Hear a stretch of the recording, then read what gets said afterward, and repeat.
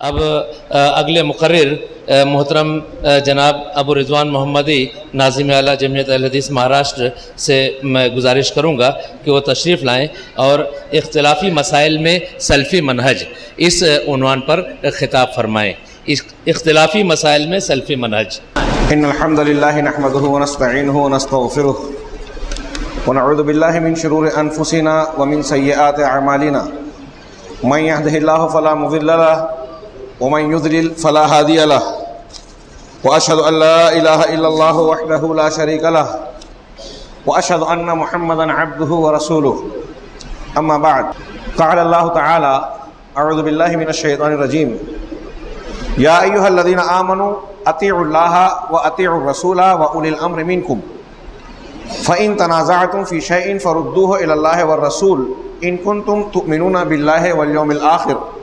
ذلك خير واحسن تأويلا وقال تعالى يا ايها الذين امنوا اطيعوا الله ورسوله ولا تنازعوا فتفشلوا وتذهب ريحكم واصبروا ان الله مع الصابرين۔ صدر محترم، مہمان گرامی، فضیلت الشیخ عنایت اللہ مدنی حفظہ اللہ، برادر مکرم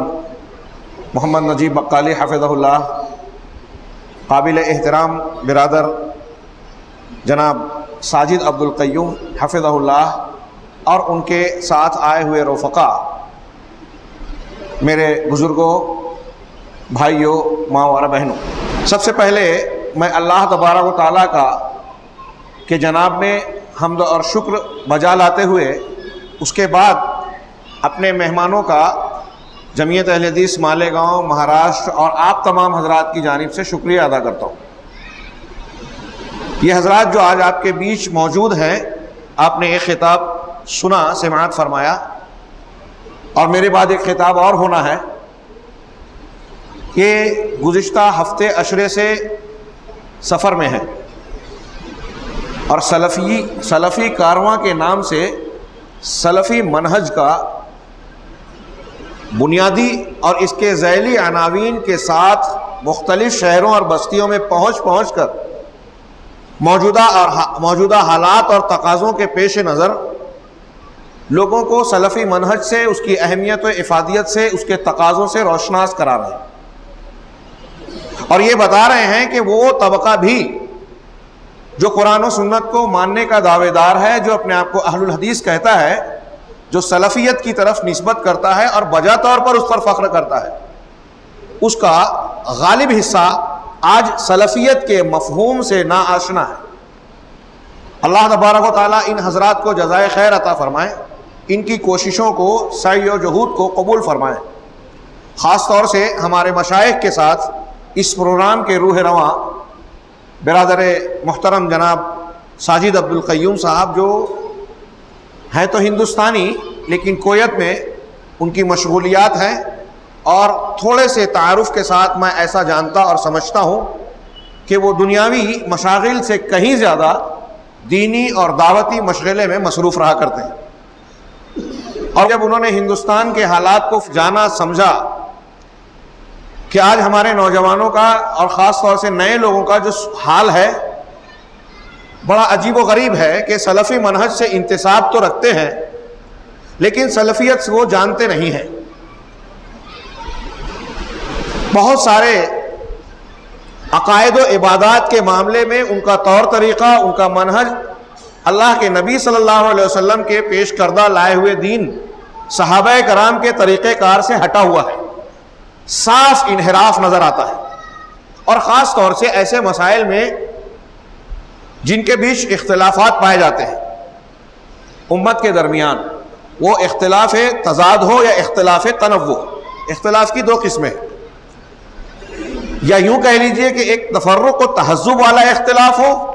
یا ایک وہ اختلاف جس میں آراء کا، استدلال کا، قرآن و سنت کے سمجھنے کا اختلاف ہوتا ہو۔ اس تناظر میں ہمارے یہاں انتہا درجے کی بے اعتدالی پائی جاتی ہے، اور میرے حاضرین کرام، میں یہ عرض کرنا چاہتا ہوں کہ اس تناظر میں اگر آپ غور کریں تو یہ موضوع، یہ پروگرام انتہائی حساس، انتہائی نازک اور انتہائی ضروری ہے۔ میں اگر یہ کہوں تو بیجا نہ ہوگا کہ اس موضوع کے بعض نزاکتوں کو بعض عوام تو چھوڑیے، ہمارے اہل علم اس سے ناآشنا ہے، ناواقف ہیں، اور اس کی وجہ سے کبھی کبھی ایسا کام کر جاتے ہیں کہ بجائے مفید ہونے کے مضر ہوتا ہے۔ شیخ الاسلام علامہ ابن تیمیہ رحمہ اللہ نے دعوت کے اصول و ضوابط پر گفتگو کرتے ہوئے کہا کہ اس معاملے میں بھی بہت سارے امور تفقہ کے متقاضی ہیں، اس میں بھی فقاہت کی ضرورت ہے، دعوتی فقاہت کی، اور اس دعوتی فقاہت کے فقدان کی وجہ سے ابھی ہمارے نجیب بھائی فرما رہے تھے کہ عام آدمی ہر نکڑ پر بیٹھ کر فتوے کی دکان کھولے ہوئے ہے، علماء اور اہل علم کے مقام و مرتبے کا، علم کی شان کا اسے احساس نہیں ہے، یہ خود بجائے خود ایک بہت بڑی گمراہی ہے۔ علامہ ابن تیمیہ نے کہا کہ یہ جو بات بیان کرنے جا رہے ہیں، اور انہوں نے اس درمیان بیان فرمایا کہ یہ عوام تو کجا، بہت سارے علماء اس نقطے سے ناآشنا اور ناواقف ہوتے ہیں، اور ان کی ناواقفیت کی وجہ سے کبھی کبھی بلکہ بسا اوقات اکثر اوقات ایسا ہوتا ہے کہ وہ ایک کام دعوت کے نام پر، اشاعت حق کے نام پر، دین کی تبلیغ و دعوت کے نام پر کرنا چاہتے ہیں، کرتے ہیں، اور بجائے افادے کے وہ لوگوں کو، امت کو، ملت کو نقصان سے دوچار کرتے ہیں، انتشار پیدا کر دیتے ہیں، جبکہ تالیف قلب، اتحاد و اتفاق، عقائد و عبادات کے بعد امت کی اس اولین ضرورت ہے، اور کتاب و سنت نے اس پر سب سے زیادہ زور دیا ہے۔ وہ نہیں جانتے بہت سارے لوگ کہ مصلحت راجحہ کیا ہے، کس مقام پر کون سا فتویٰ دینا چاہیے، کس مقام پر کون سی بات نہیں کہنی چاہیے، کون سی تقریر گرمی کی ہے، کون سی سردی کی ہے۔ ہمارے یہاں مثال دیتے ہیں یہ کہ بھائی آپ یہ کہہ سکتے ہیں کہ یہ میرے ماموں ہیں، لیکن اسی کو اگر سڑک چھاپ انداز میں کہا جائے تو کہیں کہ میرے ابا کے سالے ہیں۔ آج ہمارے ہاں میرے ابا کا سالہ بولنے والے بہت سارے لوگ ہیں، ماموں کا مہذب اور احترام والا انداز فقدان کا شکار ہے۔ علامہ ابن تیمیہ رحمہ اللہ نے جس مسئلے کی طرف اشارہ کیا تھا، ہمارے احباب کا یہ قافلہ اسی مسئلے کو سمجھانے کے لیے شہر شہر قریہ قریہ سفر کر رہا ہے۔ اللہ تبارک تعالیٰ ان کی کوششوں میں برکت عطا فرمائے، اور اس سے ہم کو بھی انشاءاللہ تحریک ملے گی، اور ہمارے جمعیت اہل حدیث صوبائی اور مقامی کا ڈھانچہ اس سلسلے میں کسی حد تک کوشش کر رہا ہے، اور انشاءاللہ منظم طور پر اس موضوع پر کوشش کرنے کی ضرورت ہے۔ اللہ ہمیں توفیق عطا فرمائے کہ اس موضوع پر کام کریں۔ محترم حاضرین، مجھے جو عنوان دیا گیا ہے کہ مسائل، اختلافی مسائل میں سلف کا منہج، یہ بجائے خود ایک بہت نازک اور اہم مسئلہ ہے۔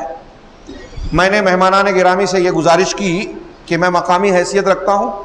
ہم لوگ یہاں کے افراد و اخوان سے، احباب سے مختلف موقعوں پر گفتگو کرتے رہتے ہیں۔ آپ حضرات بطور مہمان تشریف لائے ہیں اہم عنوان کے ساتھ، لہٰذا ہم لوگوں کو صرف یوں ہی تعارف اور تمہید کے لیے آپ حکم دیں اور اس کے بعد تفصیلی گفتگو آپ فرمائیں، لیکن اخوان نے خاص طور سے ہمارے شیخ عنایت اللہ مدنی حفظہ اللہ، شیخ ساجد عبد القیوم حفظہ اللہ، ان حضرات نے حکم دیا کہ نہیں، ہم آپ سے بھی کچھ سننا چاہتے ہیں۔ لہذا ان کے حکم کی تعمیل میں کوشش کروں گا کہ اس موضوع کے کئی گوشے، کئی پہلو، کئی نزاکتیں ہیں، اس میں سے چند باتوں کو عرض کروں۔ میرا آج کا یہ خطاب، میں اس کی کوشش بھی نہیں کروں گا کہ اس موضوع کے مختلف پہلوؤں کو گھیرا جائے۔